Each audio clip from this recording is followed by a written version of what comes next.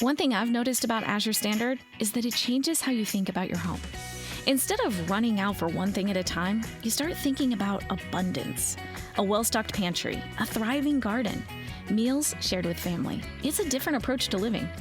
Explore what Azure Standard has to offer at azurestandard.com and shop this month's Waves of Abundance deals. Azure Standard, family owned and operated. Shop today at azurestandard.com.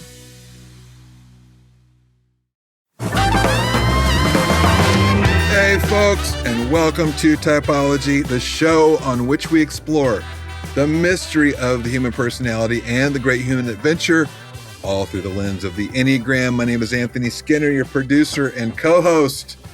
So happy to have you here today, folks. As always, got a great show for you today. Today, we're still in the series of Enneagram Essentials. And these are all things that are not usually discussed for people that are new to the Enneagram, or even people that have been around it for years. Today, we're talking about the layers of the Enneagram, instincts, and the 27 subtypes. Sometimes this can be confusing, but we're really clarifying it here on this show today. Knowing your core type, it can give you a helpful picture of your personality, but understanding your dominant instinct is a game changer.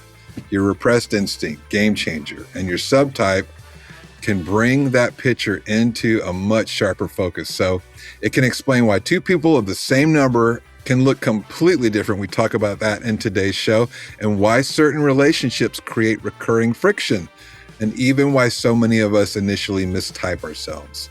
In this episode, Ian walks us through the self-pres, social, and one-to-one instincts, explains how they form our instinctual stack, and shows what happens when our dominant instinct combines with the passion of our type. We'll also look at the three different expressions of type 4 and offer some practical ways to begin identifying our own instinctual subtype and type 6. This conversation is really about learning to recognize the unconscious forces shaping what we notice, fear, pursue, and neglect, so they don't continue running our lives from the shadows, right? All good stuff. So glad you're here. Enneagram instincts and the 27 subtypes. Hey, that's it for me, Anthony Skinner. And now the man of the hour, Ian Cron.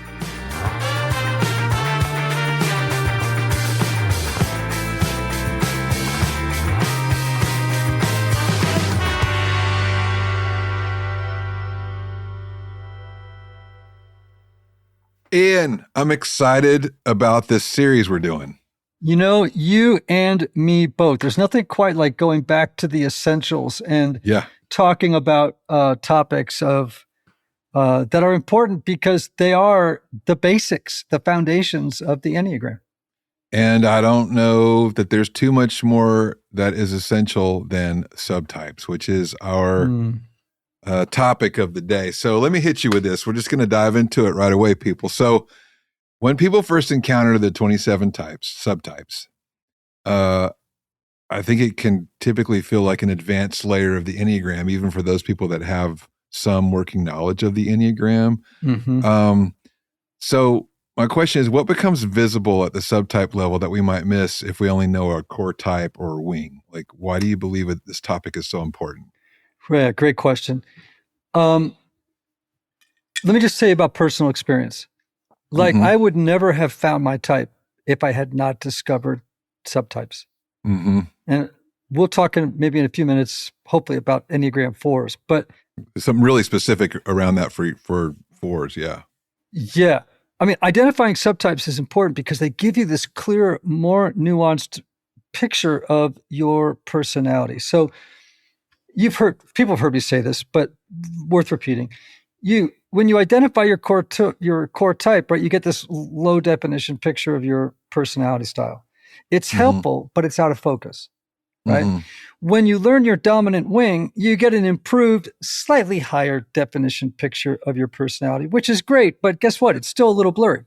Mm-hmm. When you identify and understand your dominant instinct and subtype, you get a much higher definition picture of the inner workings of your personality, right? So obviously the added information you get from knowing your subtype greatly enhances and clarifies the inner work that you have to do because now you have more data to work with, right? And then secondly, working with subtypes can really help people who have trouble identifying their core type, which was me. That's why I say subtypes were so important for me. As some people know, when I first learned the Enneagram, I tested as a 3, a 7, sometimes a 1. And I just assumed I was a 3, but it didn't quite fit, right? I always felt like I was wearing a pair of clothes that I could get on my body, but they were too tight. They didn't look good, and they didn't look good, they didn't feel good.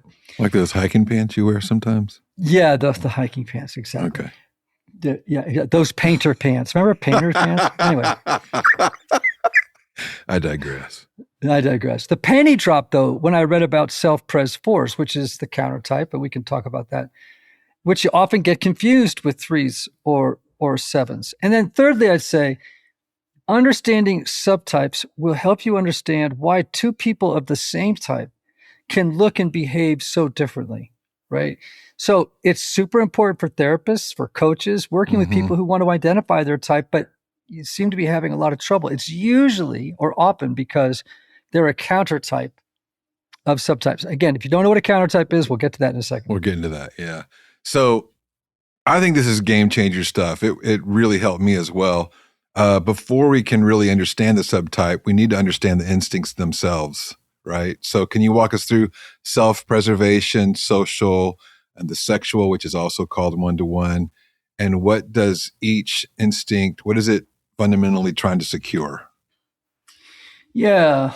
So instincts are essential and they're cool because even if you learn about instincts apart from the Enneagram, they're incredibly helpful. Yes. I love teaching them. So all human beings come with 3 very powerful survival-focused instincts or drives. And as you mentioned, these instincts are for self-preservation, social interaction, and one-to-one bonding. And though we possess and use all 3 instincts, we tend to favor or overvalue one, which we call our dominant instinct. And there's one we undervalue and don't pay enough attention to, which we call our repressed instinct. Okay. So the self-preservation instinct focuses on bodily survival and the basics of life, things like food, shelter, material security, clothing, health, comfort, physical safety, security, right? So people who are self-preservation dominant unconsciously think, if my body's okay, then I'll survive and be okay. Now, the social instinct focuses on our relationship to the herd, right? It's concerned with our place or role in the group, the quality of our relationships within it, and our overall sense of belonging, right? So in the minds of people who unconsciously favor the social instinct, survival is dependent on belonging. They think if the group accepts, recognizes, likes, values, and wants me, then I'll be okay because they'll protect me, right? Now, the sexual or one-to-one bonding instinct is concerned with our relationship with specific individuals. And this drive focuses on finding and maintaining a deep connection with a trusted few, such as a romantic partner or, a select group of close friends or a close friend, a BFF, if you will. Oh, look at me getting all contemporary savvy. All right. So folks who favor or privilege the sexual or one-to-one bonding instinct unconsciously think, I'll survive and be okay as long as I find, forge, and maintain a strong one-to-one bond with someone or with, a very select few. So instincts, remember again, you have all 3. It's just you favor one and you repress another. Instincts profoundly affect the way we see and relate to the world. And once you understand their influence, they offer you incredible opportunities for growth. Okay, this becomes especially interesting. And I love this when 2 people are in a relationship and they prioritize different instincts. So in your case, you are a self-pres 4 and Annie is a one-to-one 9, 1-to-1 9. Yeah, 1-to-1 9. Yeah. So where have those different instinctual priorities created friction? Where have you had to work to relate and understand each other based on these instincts? Yeah, man. Instincts, knowing our instincts has really helped my marriage. It's helped my parenting, relationships with friends, with colleagues, right? So, as you said, I'm a self-pres 4, Anne's a 1-to-1 9. Yeah. Before we understood instincts, Annie and I would periodically get into spats because our attentions reflexively tend to focus on and value different things. Right. Why? Because we don't share the same dominant instinct. Yeah. That's why. And we just assume the other person feels the way we do, right? Of course we do, because yeah. everybody does that. Yeah. Right? Totally, yeah. So before we understood instincts, we would, looking back, some of the spats we had were hilarious, right? So for example, when I walk into a room, I, as a self-pres dominant person, unconsciously ask the question, how does this environment support or not support my physical well-being and my need for bodily comfort, right? So you know this from knowing Annie and I, right? She laughs at how obsessed I am with temperatures in rooms. Right, I am always hot or I am always cold. I'm always asking, is the air conditioning too high? Is the heat too low? How's the lighting in here? The lighting seems not quite right? Yeah. Is there a comfortable place to sit, right? And by the way, where's the food? Right. It's like all about self-preservation, survival stuff, right? What's supporting or not supporting my well-being? And now, Annie, who, by the way, is self-preservation repressed, right? Used to pull her hair out when I did this stuff. She just wouldn't understand it, right? Because it meant very little to her. Yeah. Here's another example. I tend to fret about financial security. I'm always worrying, will we have enough money set aside for retirement? I look at our bank accounts all the time to make sure we're okay, even though I really don't have any reason to worry, Now, before I understood instincts, it used to baffle me that Annie, who is 1-to-1 dominant, didn't think or care as much about those important basics of life like I do. Whenever we talk about this, I always think about the two of you sitting on a couch with a fire. The lights are low.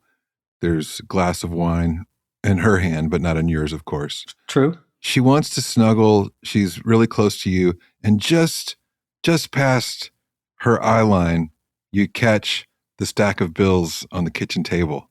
And you can't really think about anything else until those are taken care of. Yeah, that's the kind of stuff, right?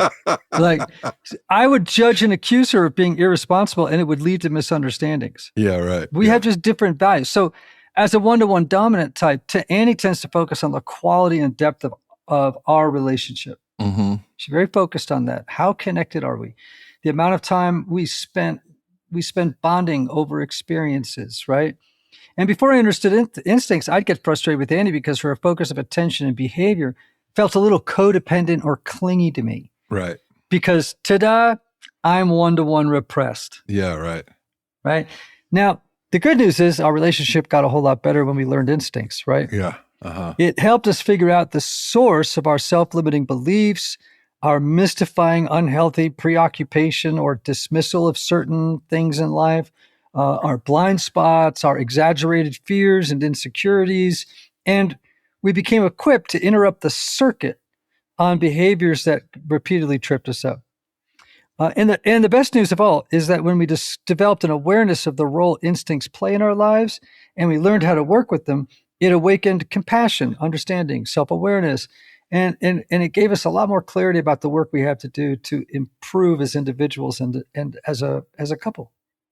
Great. So you've described how one instinct becomes dominant while another becomes neglected or repressed. And there's three, of course. So how do these three instincts form what we call the instinctual stack? And why can the instinct at the bottom of the stack be just as revealing as the one at the top?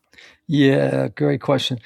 So again, I can't say this enough. We all have all three of these instinctual drives. And one way to imagine their operation in your life is to see them as a slice of like 3-layer cake. That's what the stack looks like. So your dominant instinct is the top layer. Your secondary instinct is the layer in the middle. And your repressed instinct is the layer on the bottom. And we call this your instinctual stack, right? Now, I've already described how the dominant instinct or top layer of the cake functions. So now let's just focus on the bottom layer, which represents our repressed instinct. So a repressed person's instinct is the one they undervalue, neglect, and underuse. So let me give you a few examples.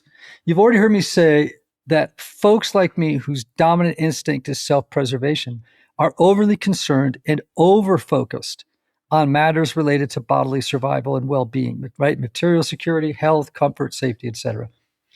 But what if my self-preservation was my repressed instinct? Well, it would look very different.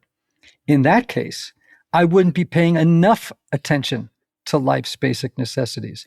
I might not pay sufficient attention to my bodily welfare and physical health, right? I may not care enough about keeping the environment of my home organized and supportive of my well-being.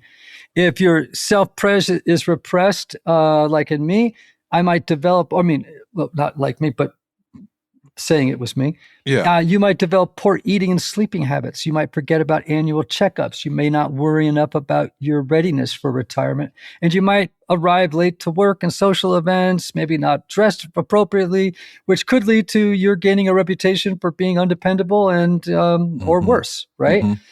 So you heard me say that folks whose dominant instinct is social, right? They focus their relationship on the herd or the pack. Mm-hmm. They're concerned with their place or role in the group. Now, the quality of their relationships within it is important and their overall sense of belonging. They tie all that to their survival. Mm-hmm. So for folks who unconsciously favor the social instinct, survival, how would I say this?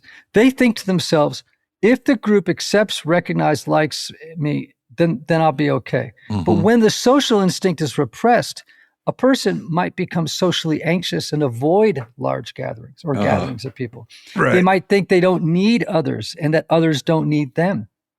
And at their worst, this is strange, they can become antisocial types, caring less about being part of the group or even kind of resenting it or making fun of it, right? And ironically, this is when it goes way out.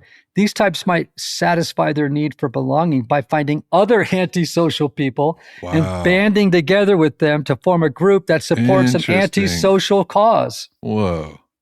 That's right? wild. And let's talk about one-to-ones, right? I described what one-to-one dominant folks look like, but folks who let me just repeat it. Folks who favor the sexual or one-to-one bonding instinct unconsciously think, I'll survive and be okay as long as I find that one other special person or friend who will always be there for me and help me survive should things go off the rails. But when it's repressed, as is the case for me, taking care of matters related to intimacy and forming close bonds with important others doesn't come as naturally. It doesn't seem as important. One-to-one types may feel socially involved with close friends or partners and family, but oddly disconnected at the same time. As if the connection they have with these folks is superficial or shallow, right? They might struggle with being vulnerable or openly passionate, avoiding deep emotional or physical engagement, right? They might question their attractiveness and prefer autonomy and independence over interdependence, right? And at their worst, one-to-one repressed folks can avoid intense emotional engagement and intimacy and become kind of flat and boring. They're less interested in exciting experiences and they might fall into mindless routines. So here's the deal. Do you see how important and useful understanding that stack is for personal growth? Because once you get clarity around your particular stack, it opens a whole new path for you. So I think, a lot of people have heard of the three instincts, but don't fully understand how they relate to the subtypes. Can you walk us through how instincts give way or rise to subtypes? Yep, another good question. So this is important. When a person's dominant instinctual drive comes together or mingles or whatever you want to say with a person's passion and is then actually put in service to it, it creates a more specific, observably different version of your type called a subtype. So in my case as a 4, when my dominant instinct, which is self-preservation, mixes and is put in service to my passion of envy, it creates a variant expression of my type called a self-preservation 4. Yeah, so this is what I was referencing earlier at the top. 4 fours give us a really good example of how dramatically subtypes can differ, right? So can you walk us through self-pres, social, and one-to-one fours and how three people with the same core can present so differently? Yeah. Well, to be clear, as I've said before on the show, fours and sixes, the three subtypes of fours and sixes are so different, they might as well be their own types. Mm-hmm. When it comes to 1, 2, 3, 5, 7, 8, and 9, the subtypes are just more nuanced versions Mm-hmm. of the dominant type, right? But along with a counter-type, which we'll talk in just a second. So let's talk about the three subtypes of four. So the passion of envy is much less obvious in self-pres fours, right? And remember, this is the counter type. So there's one counter type in each of the three variants of each of the subtypes, right? So for this type of four, they internally experience envy and suffering like other fours, but they don't wear it on their sleeve. Like you don't pick up on their envy or suffering. It doesn't radiate off them. Okay. In general, like fours are overly identified with their pain, right? Their shame and their sense of inner lack. But the self-pres four is less vocal about it. So instead, self-pres fours are known for being long-suffering, and they choose to keep their pain to themselves rather than openly expressing it, right? Some people will say that self-pres fours are more stoic, right? But like, there's an unconscious strategy here. Like the self-pres four's ability to suffer and endure frustration without complaining is actually a strategy to earn love, admiration, and respect from others. Oh, okay. Look at how, he's going through so much, or he does so much, and he's just doesn't complain, right? And that's why self-pres fours often get mistyped as 1s, 3s, or 7s. So because rather than allow envy to overwhelm them and slow them down, self-pres fours tend to disavow it and work hard to succeed and get what others have that they perceive they lack.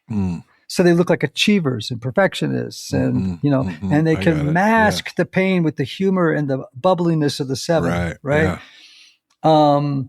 So the mistype with 1 often comes about because self-pres fours are very self-critical, self-disciplined, and place a lot of demands on themselves. But where the 1s spot mistakes, 4s spot what's missing. And though they can appear similar in some ways, these are different focuses of attention. Self-pres fours are also more sensitive and in touch with their feelings than 1s. Now, the mistype with 3 has to do with the self-pres four's commitment to setting and achieving goals, working hard and achieving. But 3s work hard and succeed to win the admiration of the crowd, while self-pres fours work hard and succeed without complaining, which they hope will win them the love of others. And they hope that all that hard work and, achieving goals, etc., will help them compensate for the missing piece, right? To get what others have that they think they lack. Yeah. Okay. Right. And weirdly enough, self-pres fours can also mistype as 7s. In fact, they're often called sunny fours because they can be playful and then use humor and irony to neutralize or distract themselves from their inner pain, right? So it's just so interesting. Those 3 fours are so different from each other. It's kind of crazy, right? Those 2 anyway. So let's talk about the social subtype 4. Now, social fours are the fours everyone thinks of when they think of fours, right? They tend to feel deeply, and unlike the self-pres four, they do wear their suffering on their sleeves. They're emotionally intense. They're sensitive. They take things very personally, and they can be melancholy and dramatic rather than stoic. So envy and a sense of inferiority manifest strongly in that subtype, the social four, which fuels a deep sense of shame and suffering. But instead of working to grow out of their suffering or to cover it, right? Social fours can become addicted to it because it makes them special and unique. So they derive a sense of identity from the suffering. And because it's so familiar to them, it becomes a paradoxical source of comfort, right? Social fours, I think, also use their suffering as a way to seduce others to love them and meet their needs. Yeah. Right. So they often intensify their emotions, and then they'll display their suffering as an attempt to get their needs met by others. Right. Yeah. So social fours feel like broken crayons. And I've never met one that doesn't regularly self-sabotage their efforts to move forward in life. And sometimes they play the victim, right? So unlike, one-to-one fours, social fours aren't very competitive or unconsciously very competitive, which is their way of demonstrating and confirming they lack something, right? So they constantly compare themselves to others, which arouses envy and deepens their pain. Wow. Personally, I've never met a four that didn't suffer from low self-esteem at some point in their life, if not for all of their life. But social fours make it an art form. Right? Now, let's just talk about sexual fours, one-to-one subtype. They're shameless rather than shameful. So the one-to-one fours express envy as competition, as a strategy to avoid the pain of envy. So let me say it again. One-to-one fours express envy as competition. And that's a strategy to avoid the pain of envy. So if they see someone who has more than they do, and that doesn't mean just stuff, it could mean qualities, characteristics, right? They will compete for it and feel better about themselves when they win. So all to say the one-to-one force strategy for coping with suffering is to refuse to suffer. And rather than experience pain themselves, they protect their own feelings of deficiency and inferiority. They project those onto other people and then punish them with displays of anger and demands sometimes for their needs to be met. Again, I'm not describing a very healthy sexual four here. Yeah, right. So I hate to say it, but unskillful sexual fours, again, often called one-to-one fours, can be arrogant. They can be elitist. They can be demanding. They can act superior to others. In a way, they believe they've suffered too much in this life, and then they insist that others meet their demands as compensation for it. Right? Now, as you can imagine, these fours often mistype as eights, in that they're direct, they're aggressive, and they use envy-fueled anger as a way to get what they want. Geez, do these guys like wear leather and carry whips? And well, well, actually, it's so interesting you should say that, because the self-pres 4 is known for being masochistic, right? It's all about long suffering, long suffering. And they need to hook up with a good one-to-one 4. Yeah. And a one-to-one 4 isn't sadistic, but they're much more aggressive, right? And they're wonderful people when they're healthy, right? Yeah. Like they are, but at the same time, but they're drawn to intensity, like most one-to-one types are, which can make them, for example, great partners for people who love excitement. But the point is this: do you see how different these three variations of 4 are? Very different, yeah. Very, very different. It's a little bit more nuanced with other types other than 4 and 6, but there you go. Yeah. If you've been dreaming about a place where life feels a little more intentional, discover the Canopy in Sebastopol by City Ventures. This new community offers solar-powered homes, surrounded by mature trees, nature preserves, and walking trails, with a vibrant local downtown, renowned wineries, and the Bay Area all within easy reach. Enjoy low-maintenance living, refined design, and built-in eco-friendly features that make everyday life easier. Start your next chapter at the Canopy by City Ventures. Visit cityventures.com. That's cityventures.com. So one of the most practical benefits of understanding subtypes is that it can help correct the mistyping, right? So what are some of the subtype patterns that most often cause people to identify with the wrong core type? Yeah. By the way, we just did an episode with Beatrice a couple of days ago that I don't know when it drops or if it's already dropped, but we do a whole episode on mistyping. Yeah. But I can. So I would just direct people to listen to that as well. I've already mentioned 4s. We've already kind of got to that. It's very common, and B and I talk about this on that episode, for 1-to-1 9s to mistype as 2s or 4s. It's common for 1-to-1 6s to often mistype as 8s. I meet a lot of one-to-one ones and social twos who mistype as eights. It's not unusual for self-pres threes to mistype as ones or sixes. Social sevens can look like twos. Social ones can get pegged as fives. I've seen that. That's interesting. And I often see social nines who mistype as threes. And sometimes one-to-one fives occasionally mistype as fours. So, I mean, the list is endless, right? This is why, by the way,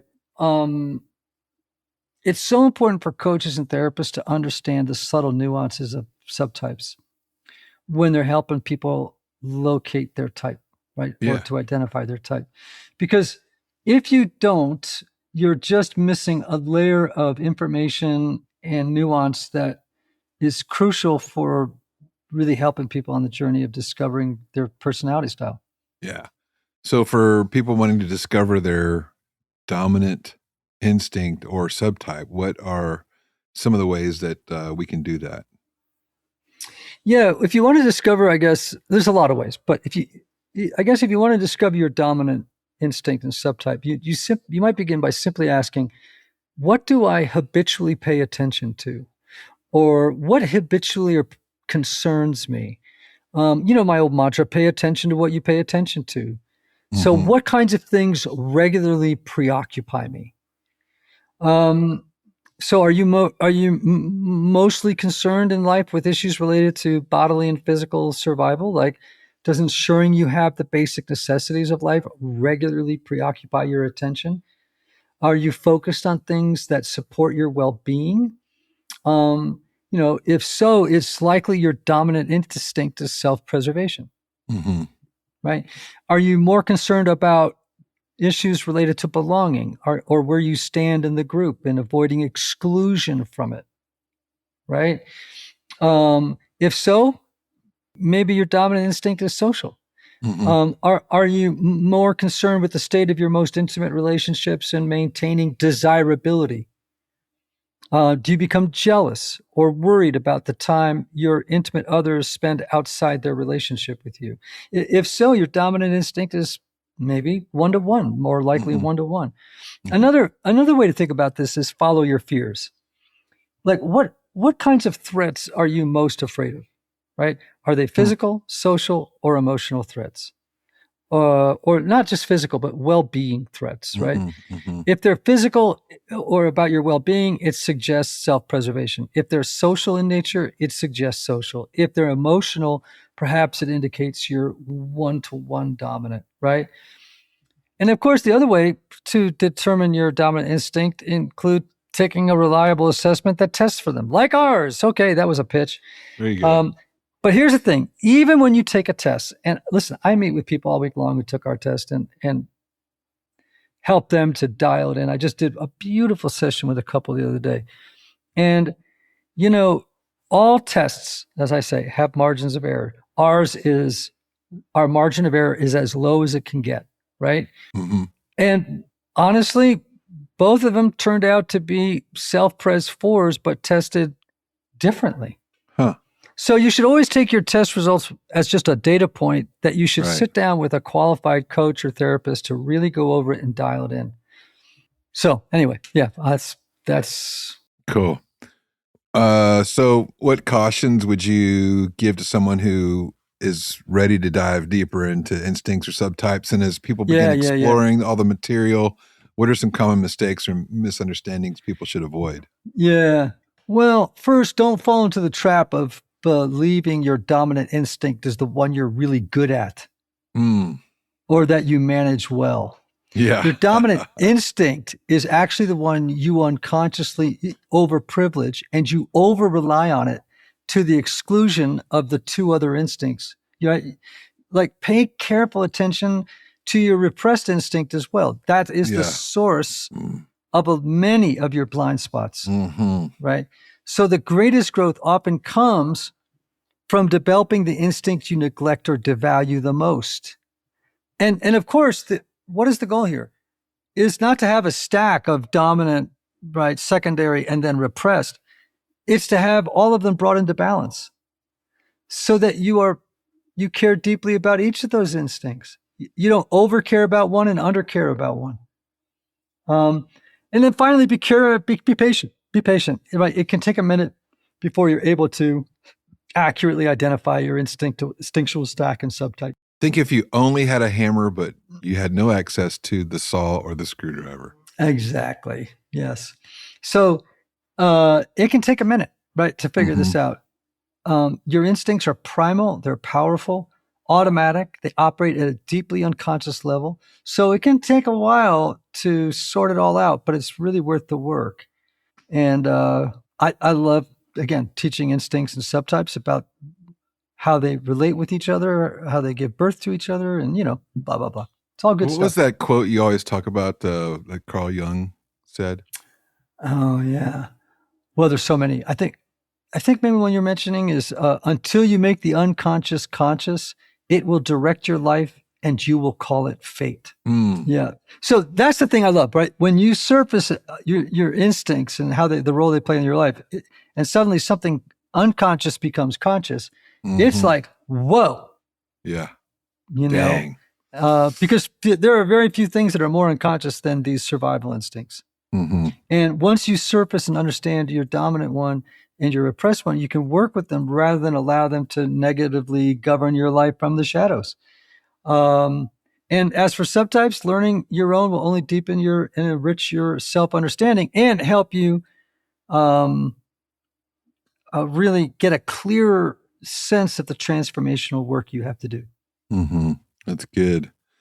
Why don't you drop that quote on us one more time and give us a sign off? All right. Until you make the unconscious conscious, it will direct your life and you will call it fate. I know that's a big one, isn't it? Chew on that one. Well, friends, let's sign off the way we used to 300 shows ago, shall we, Anthony? Yeah. In the words of the great Oscar Wilde, be yourself. Everybody else is already taken. Until next time. Peace.